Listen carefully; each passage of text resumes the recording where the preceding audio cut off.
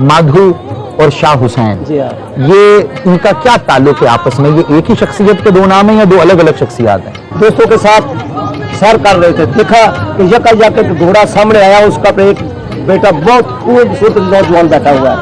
उन दोस्तों से पूछा ये कौन है? उन्होंने कहा ये हिंदू ब्राह्मणों के एक बेटे हैं, उनका नाम माधव है। जब सरकार ने उनकी तरफ गौर से देखा तो उनके चेहरे से सुआई निकल रही थी। पूछा ये कहाँ से रहते हैं? कहने का ये शदरे में रहते हैं और हिंदू ब्राह्मणों की जो ऊंची जात है उनके बेटे हैं। कुछ दिनों के बाद आपने अपना मस्जिद छोड़ा और शदरे में चले गए। शदरे में जाके सरकार माधव के मकान के चक्कर लगाने शुरू कर दिए। कुछ अरसे के बाद माधव सरकार आपके पास आने शुरू हो गए। कुछ अरसा आपके पास रहे, लेकिन इतनी मोहब्बत पैदा हो गई कि माधव सरकार जो है ना वो बहुत ज्यादा आपके पास आने शुरू हो गए। माधव लाल ये रामनज़ादा था और ये शादरा के रहने वाले थे, यानी शादरा से मतलब है कि रावी के उस पार। तो शाह हुसैन को इनसे थोड़ा मोहब्बत और प्यार पैदा हुआ और फिर इनकी जो दोस्ती थी वो एक ऐसे रिश्ते में तब्दील हो गई कि उनको एक ही शख्सियत, लोगों के इमेजिनेशन ने, लोगों के तख़य्युल ने उनको एक ही शख्सियत बना दिया। दोनों इसी धरती में से निकले, दोनों के दरमियान एक मोहब्बत का, प्यार का एक रिश्ता कायम हुआ और ये रिश्ता इतना मजबूत था कि इस रिश्ते ने उनको दो नहीं बल्कि एक कर दिया। शाह हुसैन रावी के पार जाते थे और वहां पे अपनी मस्ती में गुम रहते थे। इसी दौरान उनकी नजर माधव पर पड़ी। माधव उस वक्त शादीशुदा था। तो जब माधव पे नजर पड़ी तो वो पता नहीं कौन सा लम्हा था जिसने उन्हें इस तरह से अपने अंदर जज़ब कर लिया कि अब वो माधव पे फिदा हो गए। उनकी दोस्ती के लिए उनका दोस्ती का दम भरने लगे और यही दोस्ती उनको यहाँ तक ले आई। तो उन्होंने अपने महबूब से पहले मरकर अपनी शहादत को का ये दर्जा दिया कि अपने इस्लाम के साथ माधव लाल हुसैन को। आपको पता है तसव्वुफ के यहाँ कैसी कैसी चीजें पाई। हमारे आप लाहौर शहर में एक मजार है माधव लाल हुसैन जी। वो कहते हैं माधव लाल एक लड़का था हिंदू और हुसैन जो है वो एक मुसलमान बुजुर्ग थे। वो उस लड़के पर आशिक हो गए थे और वो इश्क मशूकी उन्होंने वो यानी दो मर्दों की आपस में चलाई है, एक हिंदू की और एक मुसलमान की। वो कहते हैं वो आज भी वो मेला चरागा होता है उनके नाम के ऊपर। और वो कहते हैं कि जी वो चूंकि उनके दरमियान एक इश्क मोहब्बत का रिश्ता था तो वो उनका नाम जो है इकट्ठा बन गया और उसमें माधव लाल का नाम पहले बोला जाता है और हुसैन के वाकयात फिर। अब जाहिर है कि इसकी और आज तक आप टीवी पे आप देख ले, खबरें आती रहती हैं आए दिन। कभी कोई पीर जो है वो किसी लड़की को लेकर भाग जाता है, कभी कोई इस तरह के मामला। अब ये सारी की सारी चीजों को उन्होंने जस्टिफाई करने के लिए, जाहिर है मुसलमानों को ये समझाने के लिए कि भाई ये भी कोई एक तसव्वुफ का ऐसा रंग होता है जिसमें इंसान जो है कोई लड़का लड़की, कोई मर्द किसी मर्द के ऊपर आशिक हो जाता है या कोई मर्द किसी गैर महरम औरत पे आशिक हो जाता है। तो वो कहते हैं ये इश्क मजाजी या इश्क हकीकी, वो कहते हैं इश्क हकीकी तक पहुंचने के लिए इश्क मजाजी की जरूरत है। अब ये सारी की सारी जो इन्होंने ये जाली चीजें थी इनको जस्टिफाई करने के लिए इन वाकयात का सहारा लिया। बाहर जब इस बड़े लेवल की तब्दीली जिस रिलीजन ने लाई हो तो उसके दुश्मन भी उसी बड़े लेवल पे होंगे। उन्हीं दुश्मनों ने फिर झूठी और जाली रवायात घड़नी शुरू कर दी प्रॉफिट सल्लल्लाहु अलैहि वसल्लम की पर्सनैलिटी को मिलाइन करने के लिए।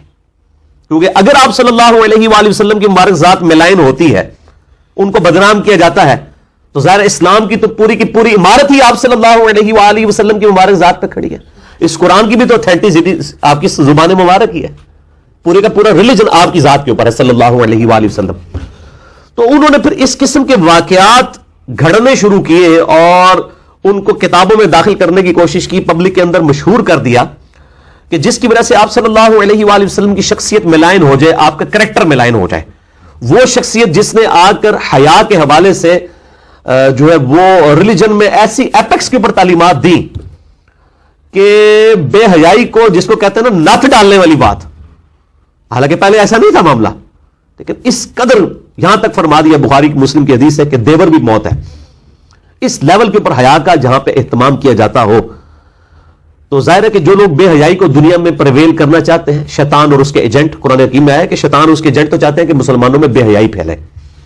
तो उन्होंने कहा कि आप सल्लल्लाहु अलैहि वसल्लम की शख्सियत के बारे में ऐसे बहतान लगाए जाए कि आप सल्लल्लाहु अलैहि वसल्लम का करैक्टर बदनाम किया जाए, माअज़ल्लाह, कि आप सल्लल्लाहु अलैहि वसल्लम की जिंदगी में भी हयासोज किस्म की कोई वाकयात इंजेक्ट कर दिए जाए اور وہ پھر واقعات ظاہر ہے کہ وہ ہماری تفسیر کی کتابوں کے اندر بھی آ گئے. الحمدللہ احادیث کی کتابوں میں نہیں آئے کیونکہ احادیث میں بہرحال جان پھٹک کی جاتی ہے صحیح اور ضعیف کے اعتبار سے.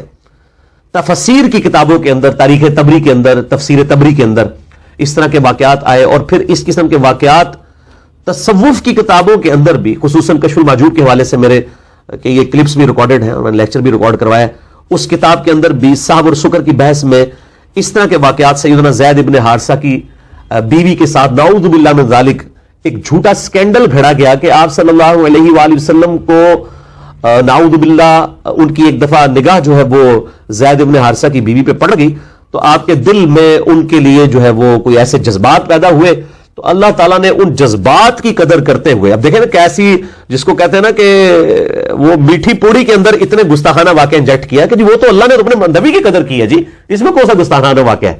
لیکن آپ دیکھیں کتنے غیر محسوس طریقے سے گستاخی انجیکٹ کر دی کہ نبی کی چونکہ نگاہ پڑ گئی تو نبی صلی اللہ علیہ وآلہ وسلم، حالانکہ یہ نہیں پتا کہ نبی صلی اللہ علیہ وآلہ وسلم کی جس نبی کی تعلیم ہے کہ اگر نگاہ پڑے تو ہٹا لو، اور صحیح مسلم میں حدیث ہے اگر کسی غیر عورت پر نگاہ پڑے تو اپنی بیوی کے پاس جاؤ، اس کے پاس بھی وہی کچھ ہے جو اس کے پاس ہے، جو نبی یہ تعلیم دے رہا ہے اور پریکٹیکلی کر کے بھی دکھا رہے ہیں. انہوں نے یہ معاملات کرنے تھے اور پھر جی وہ دل میں گھر کر گئی ان کی محبت نعوذ باللہ من ذالک، تو اللہ نے اپنے نبی کا ریکارڈ کیا. اب دیکھیں آپ اللہ تعالیٰ کے بارے میں بھی حیا سوز واقعہ بیان کر دیا کہ اللہ تعالیٰ بھی نعوذ باللہ اس قسم کی بے حیائی کو کوئی نعوذ باللہ پروموٹ کرتا ہے، تو وہ ان کے دل میں گھر کر گئی تو اللہ تعالیٰ نے پھر وہ زید ابن حارثہ کے دل میں نفرت ڈال دی سیدہ زینب کی، اللہ نے ڈال دی. حالانکہ میں نے بتایا کہ وہ تو ہاشمی اور غلام زادہ، وہ والا فرق تو آج بھی موجود ہے، آپ دیکھ لیں وہ سٹیٹس کف بھی ہے کہ نہیں تھا، وہ یہ وجوہات تھی تو وہ اس کی وجہ سے ان پہ حرام ہو گئی تو انہوں نے طلاق دی، بعد میں شادی کر دی. اور پھر اس کے بعد انہوں نے کہا کہ جو اسی حوالے سے جو تصوف کے ہاں جو ہے سکر کا ایک کانسیپٹ پایا جاتا ہے وہ بھی اسی کیٹیگری کے اندر فال کرتا ہے، اور جو صاحب کا کانسیپٹ پایا جاتا ہے اس کے حوالے سے انہوں نے وہ تورات جو ٹیمپرڈ فارم میں اس کے اندر ایک واقعہ سیدنا داؤد علیہ السلام کے بارے میں بھی آتا ہے کہ وہ ان کی نگاہ ایک دفعہ اپنے صحابی اوریا کی بیوی پہ پڑ گئی جو چھت کے اوپر نہا رہی تھی نعوذ باللہ، تو انہوں نے اوریا کو جو ہے وہ آگے جنگ میں بھیج کے قتل کروا کے تو بعد میں اس کی بیوی کے ساتھ خود شادی کر لی نعوذ باللہ. اس سے تصوف کے ہاں صحف ثابت کیا گیا کہ بھول چوک، اور شکر کہتے ہیں وہ بھول چوک نہیں ہے، وہ تو بندہ اپنی ہوش میں نہیں ہوتا، تو نعوذ باللہ نبی علیہ السلام بھی اپنی ہوش میں دی، انہوں نے جان بوجھ کے نہیں دیکھا بلکہ آپ نعوذ باللہ ہوش میں ہی نہیں تھے. حالانکہ قرآن تو کیا کہہ رہا ہے، ما ضل صاحبکم وما غوا، تمہارے نبی نہ کبھی بہکے ہیں نہ کبھی بہرا چلے، وما ینطق عن الہوا، وہ اپنی خواہش نفس سے کچھ نہیں کہتے، ان ہوا الا وحی یوحا، وہ تو وہی کہتے ہیں جو اللہ ان کو وہی کرتا ہے. اور بخاری مسلم کی حدیث کہ نبی علیہ السلام میں کنواری لڑکیوں، پردہ نشین لڑکیوں سے زیادہ شرم و حیا تھی. آپ صلی اللہ علیہ وآلہ وسلم اتنے شرم و حیا والے تھے، یہ معاملات آپ کے ساتھ ہو نہیں سکتے. ایون حدیث کی کتابوں میں بھی کئی جعلی واقعات آ گئے، لیکن شکر ہے صحیح اور ضعیف کے فرق نے جو محدثین اسماء و رجال کا علم ڈیولپ کیا ہے اس کی برکت سے اکھاڑ کے وہ پرے پھینک دیے گئے. اور یہ تو شکر الحمدللہ کسی حدیث کی کتاب میں بھی واقعہ نہیں آیا، یہ تفسیر تبری کے اندر آیا. تفسیر ابن کثیر میں بھی حافظ ابن کثیر نے اسے نقل کیا اور کہا کہ یہ بالکل جعلی واقعہ ہے، اور علامہ قرطبی نے بھی اس کو جعلی کہا. لیکن تصوف کے ہاں نہ صرف یہ واقعہ نقل کیا گیا بلکہ انہوں نے اپنے بزرگوں کی جو غلط عقائد اور نظریات تھے ان کو ڈیڈکٹ کیا اس واقعے کے ساتھ جو ہے ہی بالکل جعلی تھا.